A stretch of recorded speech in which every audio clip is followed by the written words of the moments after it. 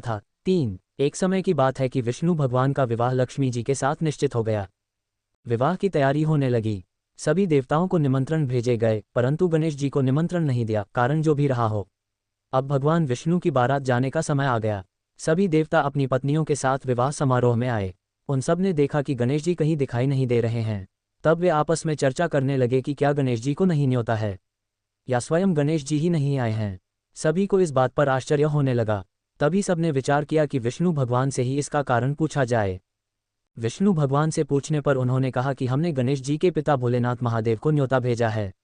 यदि गणेश जी अपने पिता के साथ आना चाहते तो आ जाते, अलग से न्योता देने की कोई आवश्यकता भी नहीं थी। दूसरी बात यह है कि उनको 1.25 मन मूंग, 1.25 मन चावल, 1.25 मन घी और 1.25 मन लड्डू का भोजन दिन भर में चाहिए। यदि गणेश जी नहीं आएंगे तो कोई बात नहीं, दूसरे के घर जाकर इतना सारा खाना पीना अच्छा भी नहीं लगता। इतनी वार्ता कर ही रहे थे कि किसी एक ने सुझाव दिया, यदि गणेश जी अभी जाएं तो उनको द्वारपाल बनाकर बैठा देंगे कि आप घर की याद रखना।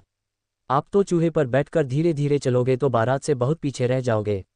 ये सुझाव भी सबको पसंद आ गया, तो विष्णु भगवान ने भी अपनी सहमति दे दी।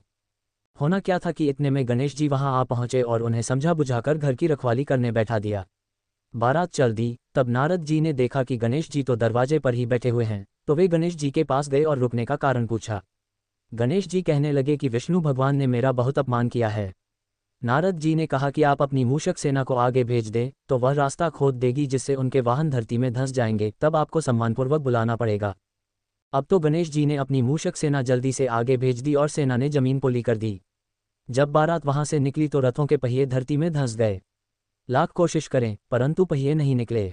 सभी ने अपने अपने उपाय किए, परंतु पहिए तो नहीं निकले, बल्कि जगह जगह से टूट गए। किसी की समझ में नहीं आ रहा था कि अब क्या किया जाए। तब तो नारद जी ने कहा, आप लोगों ने गणेश जी का अपमान करके अच्छा नहीं किया। यदि उन्हें मना कर लाया जाए तो आपका कार्य सिद्ध हो सकता है और यह संकट टल सकता है। शंकर भगवान ने अपने दूत नंदी को भेजा और वे गणेश जी को लेकर आए। गणेश जी का आदर सम्मान के साथ पूजन किया, तब कहीं रथ के पहिए निकले। अब रथ के पहिए निकल को गए, परंतु वे टूट फूट गए, तो उन्हें सुधारे कौन। पास के खेत में खाती काम कर रहा था, उसे बुलाया गया। खाती अपना कार्य करने के पहले श्री गणेशाय नमः कहकर गणेश जी की वंदना मन ही मन करने लगा। देखते ही देखते खाती ने सभी पहियों को ठीक कर दिया। तब खाती कहने लगा कि हे देवताओं, आपने सर्वप्रथम गणेश जी को नहीं मनाया होगा और न ही उनकी पूजन की होगी, इसीलिए तो आपके साथ यह संकट आया है। हम तो मूर्ख अज्ञानी हैं, फिर भी पहले गणेश जी को पूजते हैं, उनका ध्यान करते हैं।